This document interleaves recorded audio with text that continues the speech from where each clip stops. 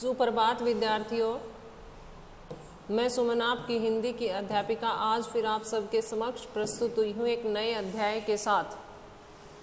बच्चों, आज हम महाभारत के अध्याय संख्या 25 और 26 पर हम चर्चा करेंगे। उसमें हम क्या देखेंगे? हमारा जो अध्याय 25वां है उसका नाम है मंत्रणा। उसमें क्या होता है?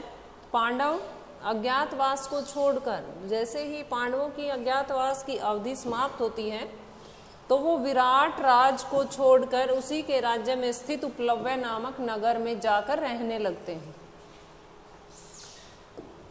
अब जैसे वो अज्ञातवास से निकले हैं तो अब वो प्रकट रूप में रहने लगे। पहले वो अप्रकट रूप में रह रहे थे। क्यों रह रहे थे वो अप्रकट रूप में? क्योंकि वो अज्ञातवास में थे, उन्हें वनवास मिला था, 12 वर्ष का वनवास और 1 वर्ष का अज्ञातवास। तो वो विराट राज को छोड़कर उपलव्य नामक नगर में जाकर रहने लगते हैं। फिर अब जब वो प्रकट रूप में रहने लगे हैं तो उन्हें अपना राजकाज चलाने के लिए आगे का कार्यक्रम भी तय करना था कि उन्हें किस प्रकार से रहना है, क्या शासन किस प्रकार से चलाना है। तो उसके लिए वो अपने भाई बंधुओं और मित्रों को बुलावा भेजते हैं, दूत को भेजकर उन्हें बुलाने के लिए भेजते हैं। भाई बलराम, अर्जुन की पत्नी सुभद्रा तथा पुत्र अभिमन्यु और यदुवंश के कई वीर,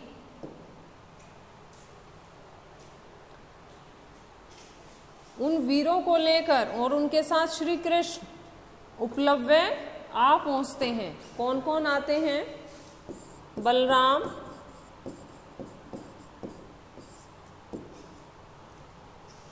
अर्जुन की पत्नी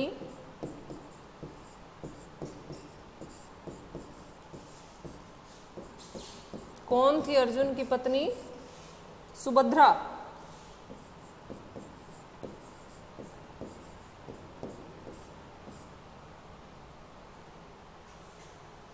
उनका पुत्र अभिमन्यु,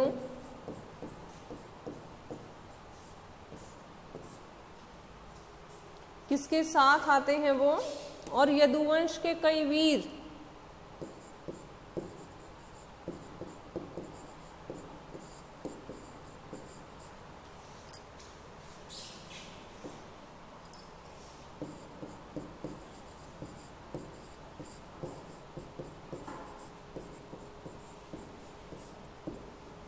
श्री कृष्ण के साथ आ पहुंचते हैं।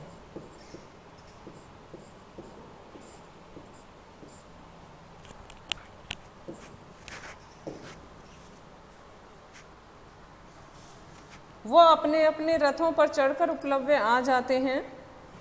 इंद्रसेन, काशीराज, वीर शैव्य अपनी 2 अक्षौहिणी सेना के साथ युधिष्ठिर के नगर में पहुंचते हैं। काशीराज और वीर शैव्य किसके साथ पहुंचते हैं? 2 अक्षौहिणी सेना के साथ में।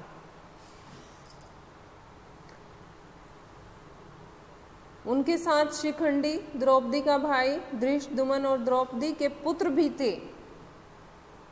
और कितने ही राजा अपनी अपनी सेनाओं को साथ लेकर पांडवों की सहायता के लिए वहां आ जाते हैं। सबसे पहले देखिए वहां क्या कार्यक्रम किया जाता है। अभिमन्यु के साथ उत्तरा का विवाह किया जाता है।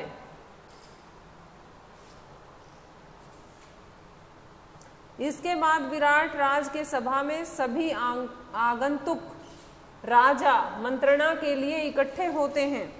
कहाँ इकट्ठे होते हैं? विराट राज के सभा भवन में।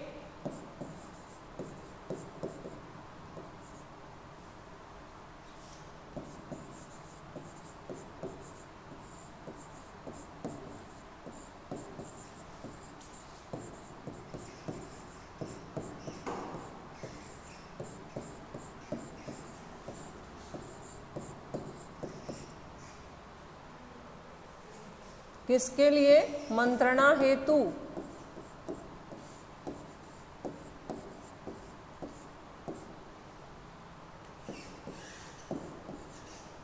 अभिमन्यु और उत्तरा के विवाह के बाद विराट राज के सभा भवन में सभी राजा महाराजा जितने भी लोग वहां आए हुए थे सभी वहां इकट्ठे हो जाते हैं मंत्रणा हेतु।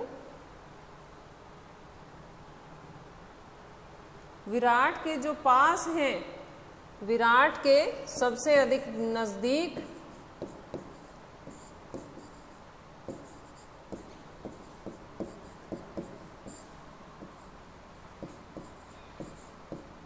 श्री कृष्ण और युधिष्ठिर बैठते हैं।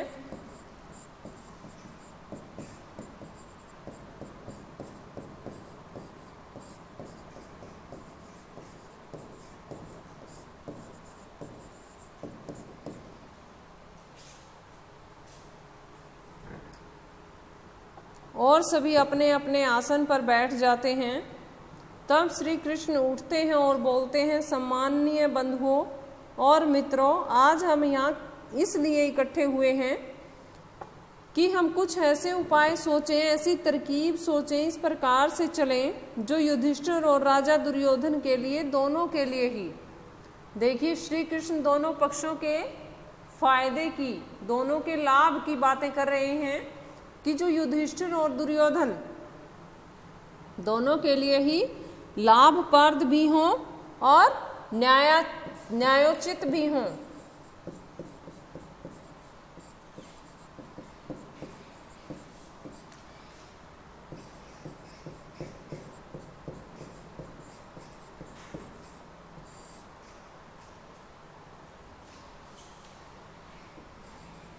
इसके लिए युधिष्ठिर और दोनों के लिए,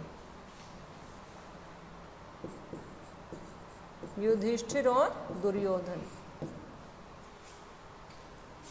ऐसे विषय पर हम चर्चा करेंगे जिससे कि दोनों का ही लाभ हो। जो राज्य, सबसे पहले तो वो देखते हैं,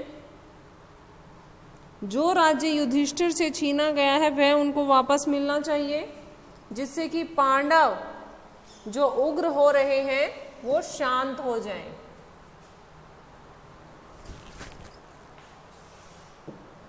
ये सब कौन विचार रहे हैं? श्री कृष्ण। मेरी राय में इस बारे में दुर्योधन के साथ हमें उचित प्रकार से बात करनी चाहिए और उन्हें समझाने के लिए ऐसे व्यक्ति को हमें दूत बनाकर भेजना चाहिए जो इस काम में सक्षम हो सके। ऐसा विचार श्री कृष्ण करते हैं।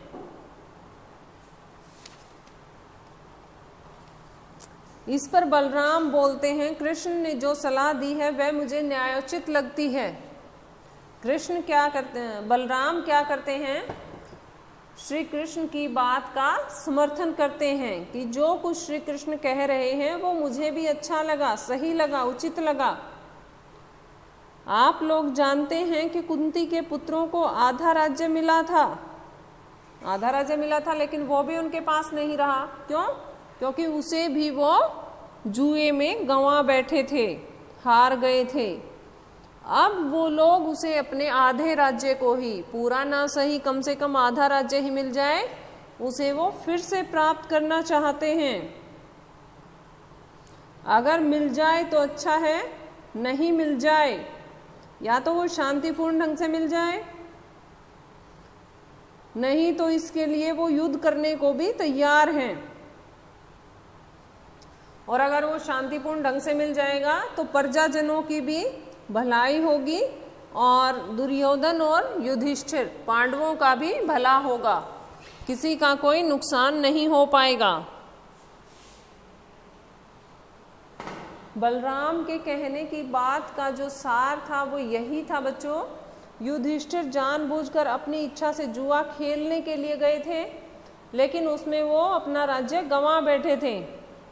उनकी बातों से हमें पता चलता है कि यदुकुल का वीर और पांडवों का हितैषी सात्यकी उनकी बातों पर क्रोधित हो उठा, उसे उनकी बातें उचित नहीं लगी। वह उठकर कहने लगा, बलराम जी की बातें मुझे जरा भी न्यायोचित मालूम नहीं होती हैं। युधिष्ठिर को आग्रह करके जुआ खेलने पर विवश किया गया। बलराम कह रहे हैं कि वो अपनी मर्जी से गए थे जुआ खेलने, लेकिन सात्यकी कह रहा है कि उन्हें विवश किया गया था और उन्हें छल कपट से हराया गया था। फिर भी इनकी यह सज्जनता ही थी कि उन्होंने अपना वचन निभाया और उन्होंने खेल की सभी शर्तें पूरी की। जो भी शर्तें वहां थी उन्होंने वो सभी पूरी की। दुर्योधन और उनके साथी चिल्ला कर बोलने लगे। 12 महीने पूरे होने से पहले ही पांडवों को उन्होंने पहचान लिया। मेरी राय में दुर्योधन बगैर युद्ध के मानेगा ही नहीं, इसलिए विलंब करना हमारे लिए बिल्कुल नासमझी ही होगी। दुर्योधन और उनके साथी यह मानने को तैयार नहीं थे कि पांडव पूरी अवधि समाप्त करके ही वहां लौटे हैं। वो बिल्कुल भी राजी नहीं थे इस बात पर। वो बार बार यही कहे जा रहे थे कि वो समय अवधि, अज्ञातवास, वनवास की अवधि समाप्त होने से पूर्व ही प्रकट हो गए हैं। सभी को पता लग गया है कि पांडव हैं और कहाँ रह रहे हैं। ठीक है, तो वो चाहते हैं कि अब तो युद्ध करके ही वो लोग अपना राज्य वापस ले सकते हैं। किसी भी प्रकार से उसमें राजा विराट राज की सभा में जो मंत्रणा हुई उसमें यही निश्चित हुआ कि अब तो युद्ध होकर ही रहेगा। इस पर उपलब्ध में महाराज युधिष्ठिर और द्रौपदी को मद्रराज शल्य ने दिलासा दिया और कहा, जीत उन्हीं की होती है जो धीरज से काम लेते हैं। जब सभी युद्ध की तैयारियों में जुट गए, अब जब उन्हें सबको ये विश्वास हो ही गया था कि युद्ध के बिना बात नहीं बनेगी, तो सभी जोरों से युद्ध की तैयारी में जुट गए। श्री कृष्ण के पास अर्जुन स्वयं जाते हैं। इधर दुर्योधन को भी इस बात की खबर मिल गई कि उत्तरा से के विवाह से निवृत्त होकर श्री कृष्ण द्वारका लौट गए हैं, सो वे भी द्वारका को रवाना हो गए। संयोग की बात यह है कि जिस दिन अर्जुन द्वारका पहुंचे, ठीक उसी दिन दुर्योधन भी वहीं पहुंच गया श्री कृष्ण से मिलने। दोनों साथ ही एक भवन में प्रवेश करते हैं। श्री कृष्ण उस समय आराम कर रहे थे। अर्जुन और दुर्योधन दोनों ही उनके निकट संबंधी थे। अब श्री कृष्ण असमंजस में पड़ जाते हैं कि दोनों एक साथ में प्रकट हो गए, एक साथ उनसे मिलने के लिए आ गए। तो श्री कृष्ण उनका दोनों का स्वागत करते हैं और दोनों से आने का समाचार और कारण पूछते हैं कि आप लोग यहाँ कैसे आए, क्यों आए। श्री कृष्ण ऐसा मालूम होता है कि हमारे पांडवों के बीच जल्दी ही युद्ध छिड़ जाएगा। कौरवों और पांडवों के बीच अब युद्ध होने में देरी नहीं है। इस पर वो चर्चा करते हैं और सलाह मशविरा करते हैं। इसके बाद मद्रराज शल्य वो युधिष्ठिर और द्रौपदी को दिलासा दिलाता है कि जीत उन्हीं की होती है जो सब्र से, जो संतोष से, धीरज से काम लेते हैं। तो तुम्हें घबराने की जरूरत नहीं है। कर्ण और दुर्योधन की बुद्धि फिर गई है। अपनी दुष्टता के फलस्वरूप निश्चय ही उनका सर्वनाश होकर रहेगा, उनका विनाश होकर रहेगा और जीत पांडवों की ही होगी। उनका कहने का इतना सा अभिप्राय है।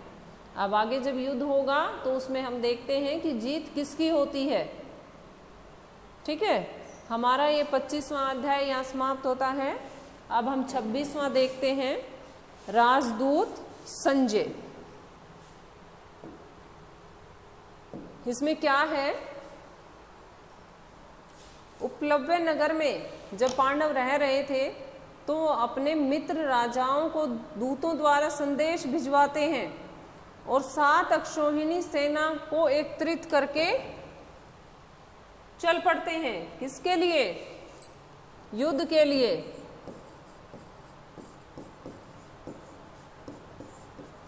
क्या शुरू हो गया यहां से? युद्ध की तैयारियां। उधर कौरव भी बहुत बड़ी अपने मित्रों की संख्या कर लेते हैं और बहुत बड़ी सेना इकट्ठी कर लेते हैं। कौरवों की जो सेना थी उसकी क्या संख्या थी? उनकी सेना की संख्या 11 अक्षौहिणी थी।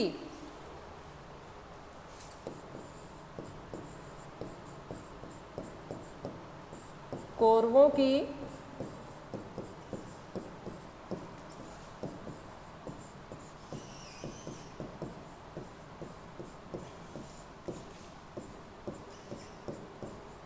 11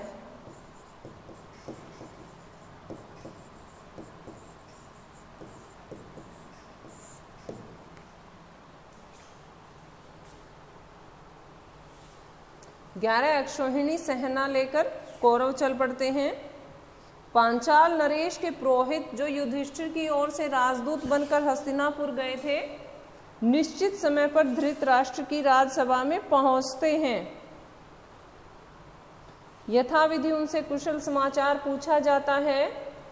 उनकी कुशल क्षेम जानकर पांडवों की ओर से संधि का प्रस्ताव वो रखते हैं और बोलते हैं, युधिष्ठिर का विचार है कि युद्ध से संसार का नाश ही होगा। देखिए, युधिष्ठिर अंत समय तक नहीं चाहते थे कि युद्ध हो। युधिष्ठिर हर प्रकार से कोशिश में लगे थे, प्रयास में लगे थे कि किसी ना किसी तरीके से कौरव उनकी बात को मान ले, लेकिन वो मानने को तैयार नहीं हुए। इसी कारण उन्हें पता था कि युद्ध से संसार का नाश ही होगा, इसीलिए वे युद्ध से घृणा भी करते थे। इसलिए न्याय तथा पहले के समझौते के अनुसार यही उचित होगा कि आप हिस्सा देने की कृपा करें, इसमें विलंब न करें। युधिष्ठिर बार बार उनसे याचना कर रहे हैं, प्रार्थना कर रहे हैं कि किसी तरीके से वो मान जाएं और उनका जो हिस्सा था, आधा राज्य जो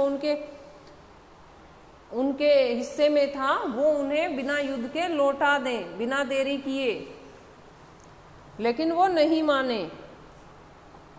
फिर धृतराष्ट्र संजय को बुलाते हैं कि तुम पांडु पुत्रों के पास जाओ, वहां श्री कृष्ण, सात्यकी, विराट और जो भी राजा हैं उन सभी से कहना, पहले उनकी सब कुशल क्षेम पूछना, मेरी ओर से युद्ध न होने की चेष्टा करना। धृतराष्ट्र भी नहीं चाहते थे, युधिष्ठिर भी नहीं चाहते थे। दुर्योधन और बाकी के जो कौरव थे, उनके मित्र थे, सहयोगी थे, संबंधी थे, सभी चाहते थे कि किसी ना किसी प्रकार से युद्ध होना चाहिए।